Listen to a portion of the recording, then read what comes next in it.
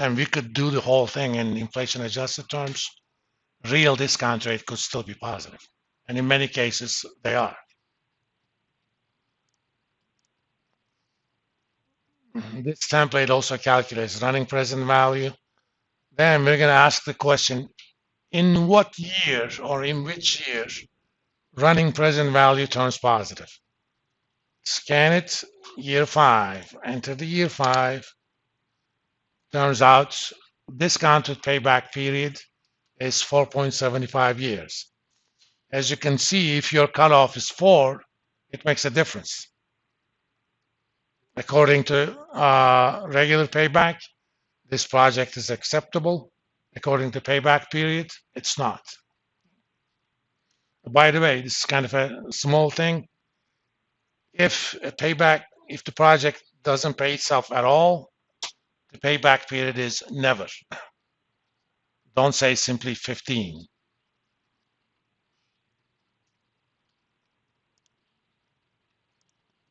Now, one major problem with payback period as a decision criterion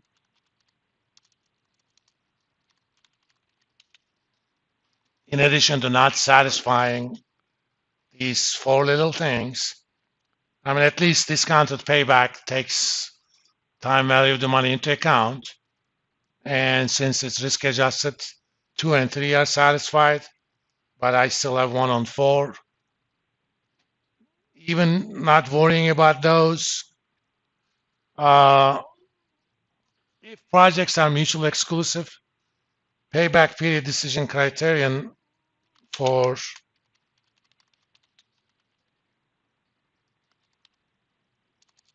exclusive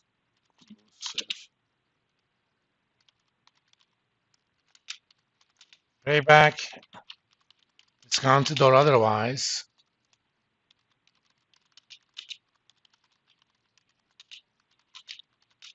does not know anything about the scale of the project. You may have 2 projects. One of them pays itself back in 2 years. It requires an investment of $10,000. The other project takes 4 years to pay itself back, but it requires an investment of 100,000.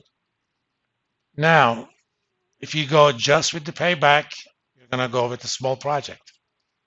But the second project, though it takes longer, it's 10 times bigger, right? So it may end up bringing more value to the firm. But payback doesn't tell you anything about how much value is added to the firm. If the scales of the projects are very different, then payback and NPV may result in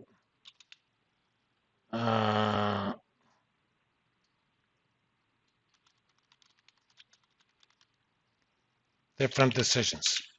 First of all, even without mutual exclusivity, payback a project may pay itself back, but NPV may not be positive. That doesn't happen for discounted payback.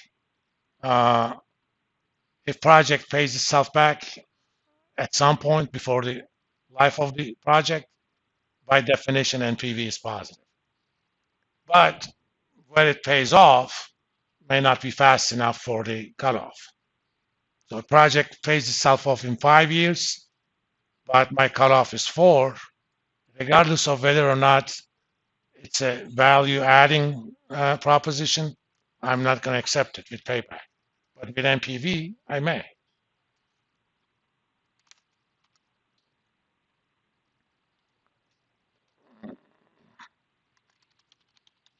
Another rule that is simple to communicate is called the internal rate of return. Short is IRR, It is defined as the discount rate you should use to have zero NPV. So at what discount rate the project cash flows would have resulted in zero NPV? We could have done that using Excel's goal seek, but Excel actually has a function IRR, where the first argument is the project negative of the project cost of project, and after that project cash flows. So right here, IRR. I know the colors are horrible over there, but the second argument is optional. That's kind of a starting value. That doesn't matter when all the future cash flows are either zero or positive, but it does matter otherwise. And IRR decision rule.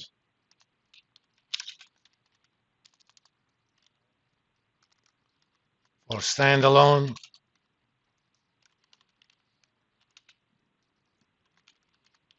accept the project if IRR is greater than discount rate.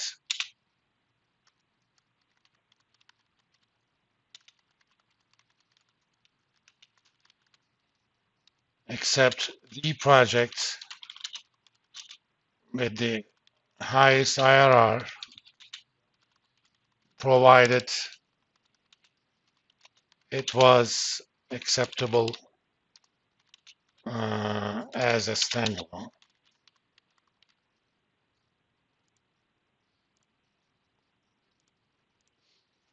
Again, in this case, you just read it off.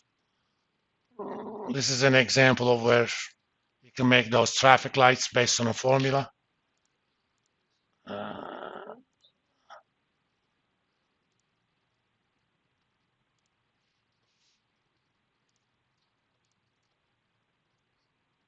In this case, I'm saying if it's greater than whatever the number in B2, accept it, otherwise don't.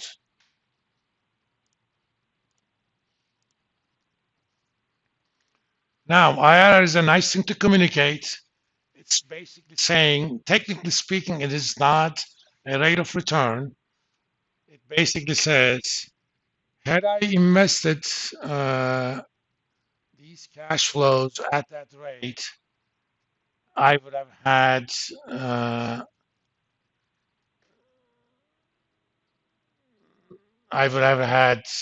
zero net present value. Whether or not you could reinvest the cash flows at that rate is a separate issue.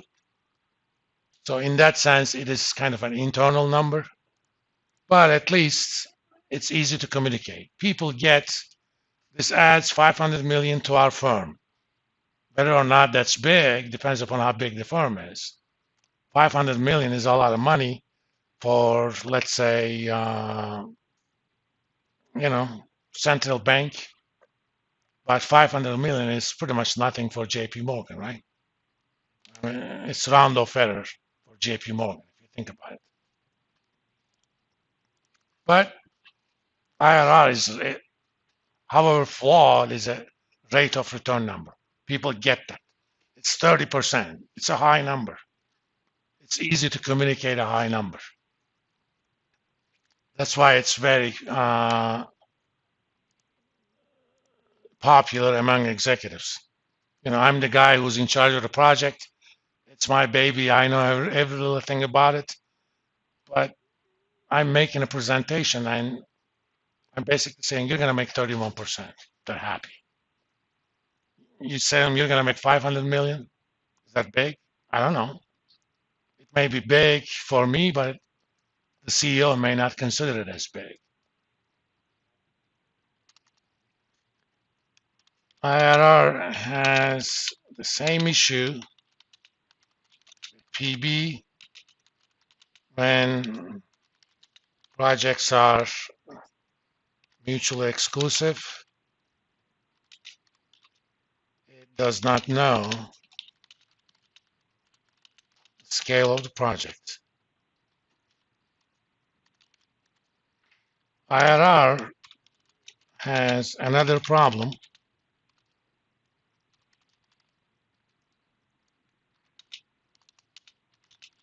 If there are, what did we call them? Non-conventional cash flows. Non-conventional cash flow means there is at least one period other than period 0 where cash flow is negative.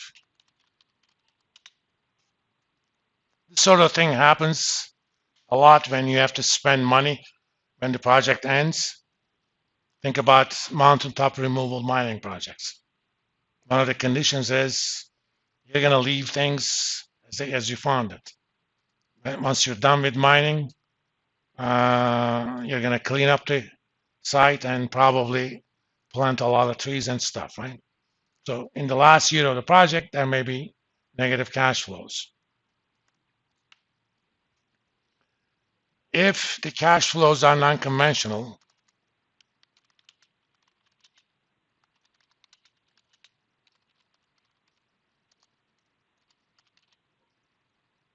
when the cash flows are conventional,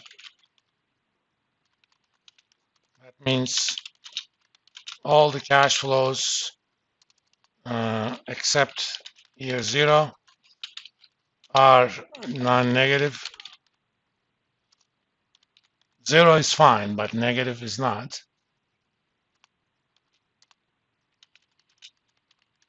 The equation that defines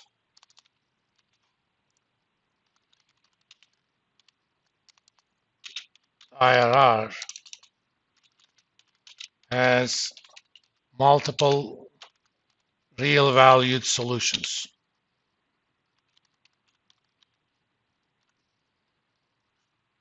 If you think about it, here's the definition of IRR.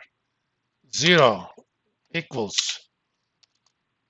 cash flow 0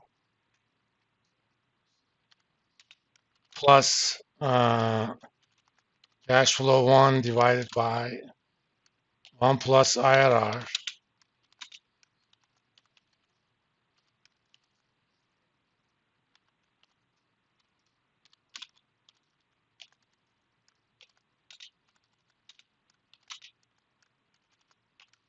assuming there are n cash flows.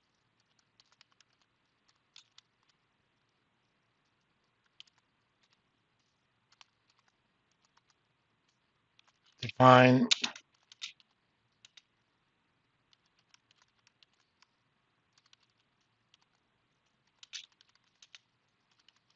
then this equation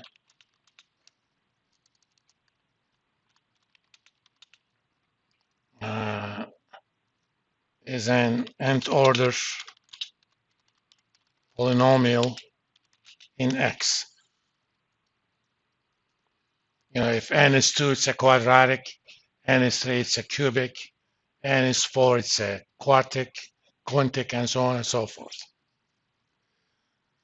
If you include the set of complex numbers or imaginary numbers, all real valued polynomials have exactly n solutions, but some of them may be complex or imaginary. But some of the solutions are going to be real valued. When all the cash flows, this is a well-known theorem, are non-negative future cash flows, this equation is guaranteed to have one real numbered solution. Okay?